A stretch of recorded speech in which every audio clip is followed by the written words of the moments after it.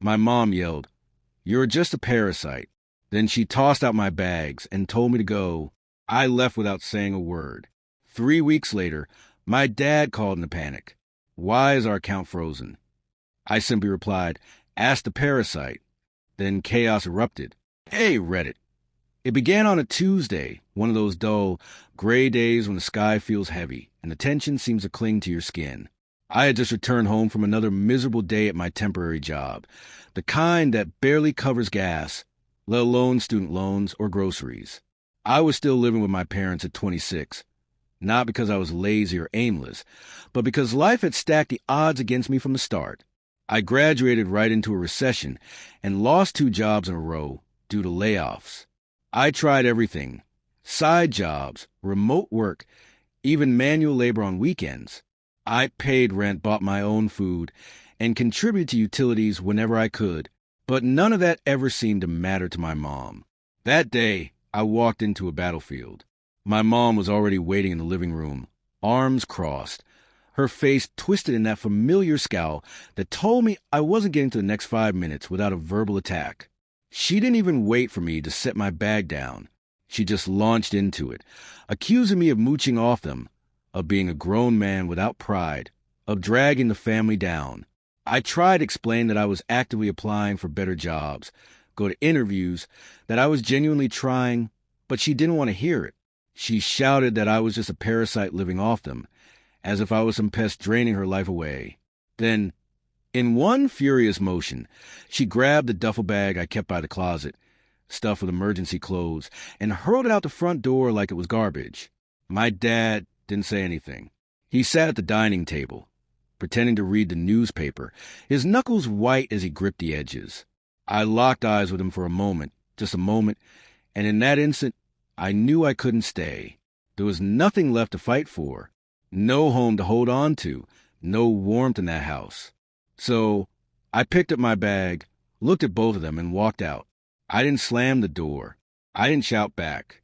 I just left, and that silence unnerved them more than any argument ever could. The days that followed were odd. There was a kind of peace in being away from that house.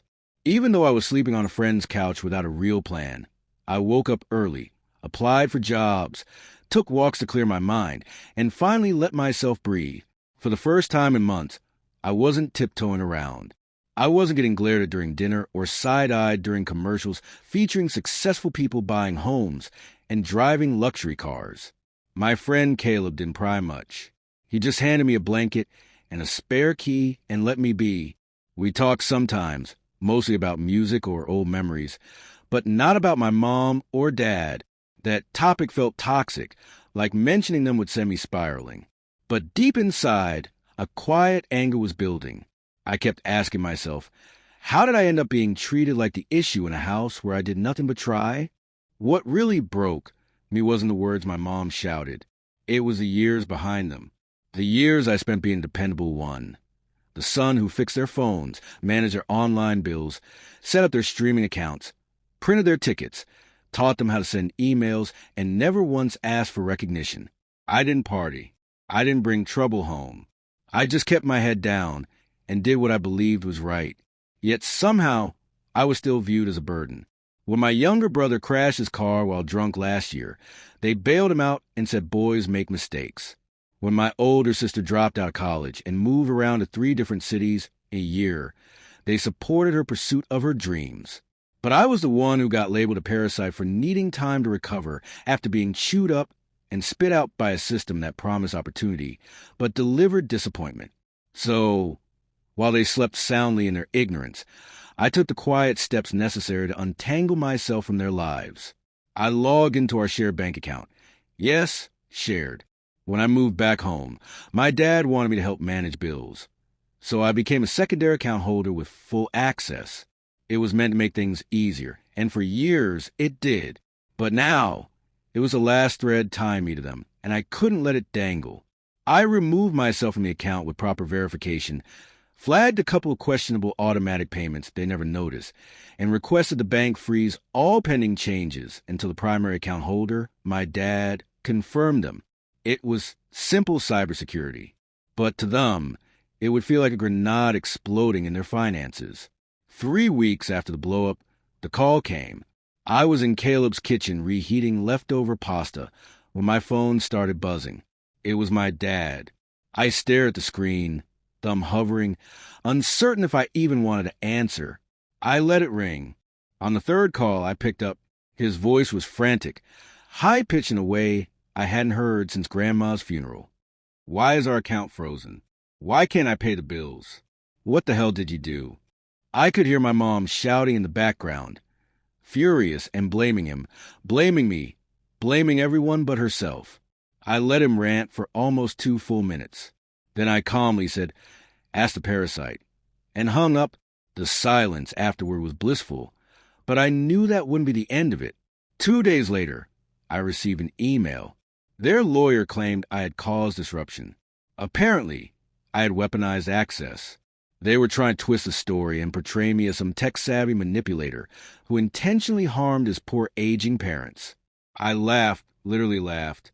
Then I spent the next hour pulling screenshots, email threads, bank access logs, every bit of proof that showed I hadn't touched a single cent that wasn't mine. My lawyer reviewed it and told me I was fine, that they had no case. Legally, I was in the clear, but that didn't ease the ache in my chest. It was hard to believe they'd rather take me to court than just pick up the phone and apologize, that they'd weaponize the system to try and bury me instead of confronting their own cruelty.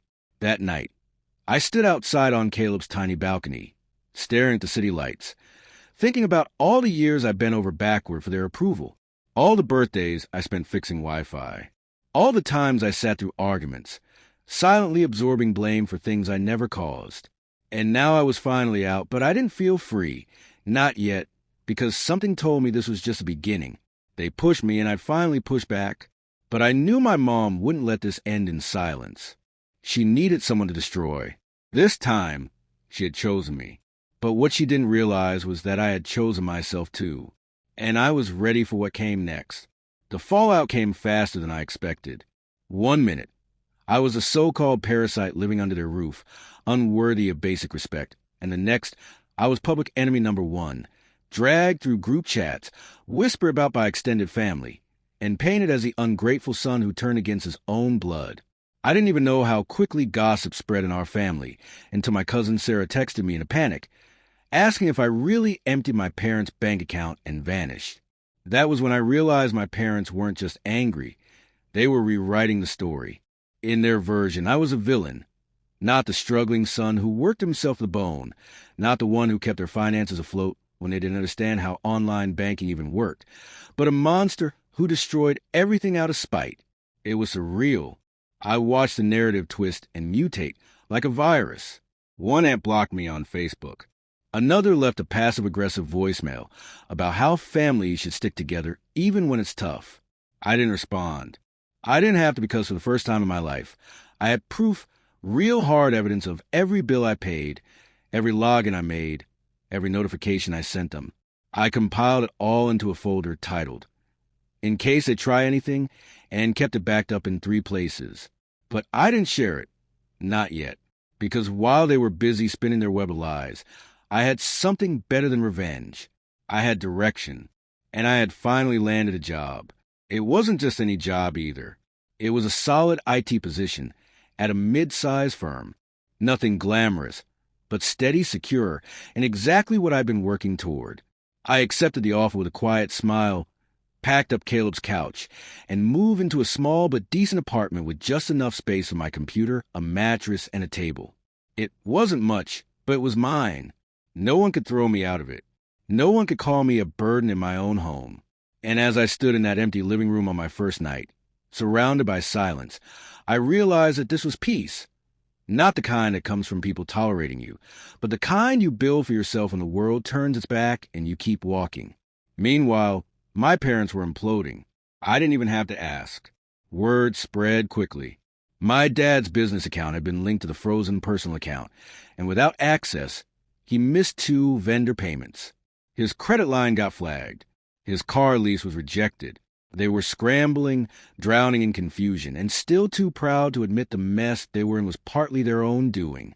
They never called to apologize. Never once asked if I was okay. But then, one day, Something changed.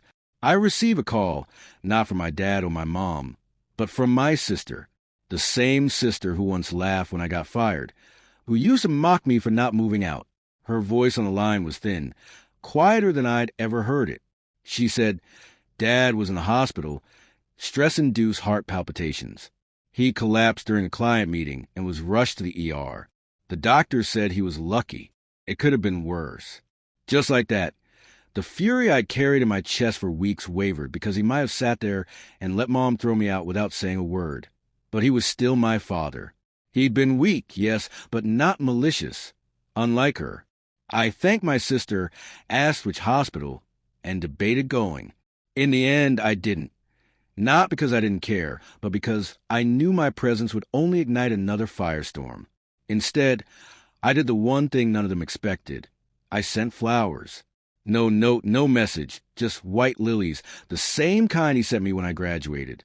And that silence, that small, unexpected gesture, cracked something open.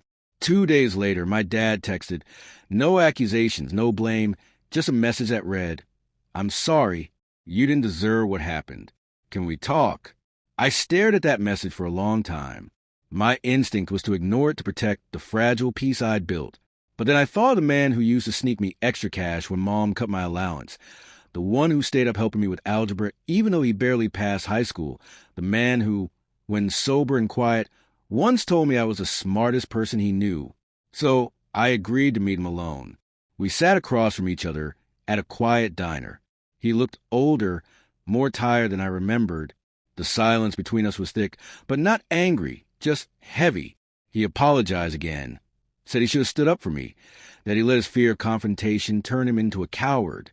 I told him I appreciated the apology, but I also didn't know if I could ever go back, not just to the house, but to that dynamic. He nodded. He didn't argue. Then he told me something that changed everything. He said that after I left, the house changed. My mom became meaner, harsher. She snapped at him, at everyone, over nothing. It wasn't until I was gone that he saw how much I had held the house together. Quietly, invisibly, he said he finally realized I wasn't a parasite. I was the glue. It hit me harder than I expected. A week later, my mom reached out, not with an apology, not with humility, but with a long, meandering message about how family is complicated and how things were said in the heat of the moment. She never took responsibility. She never said the word sorry, just made excuses, deflected, and tried to instill guilt. I left her on read because forgiveness doesn't mean forgetting. Some wounds don't heal with words. They heal with distance. That was 6 months ago. Since then, I've rebuilt everything. I got promoted at work. I bought a decent secondhand car. I furnished my apartment piece by piece. I started therapy. I even joined a local community group and made a few real friends. Every night, I go to bed in a place I earned, a place no one can throw me out of. My dad and I text sometimes. He's trying. I see it and I respect that. We're not what we once were, but maybe someday we'll be something better. As for my mom, I've made peace with the fact that she may never see me clearly. And that's okay because I've stopped living for her approval. I'm not a parasite. I never was. And now I'm finally free.